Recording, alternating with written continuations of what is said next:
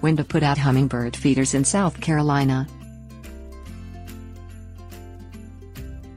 Hummingbirds typically leave South Carolina for the warmer regions in the winter. They start coming back when it becomes warmer, so put your hummingbird feeders outside again. Timing. According to Columbia Audubon Society, neotropical migrant songbirds usually begin arriving in South Carolina around the 15th of March.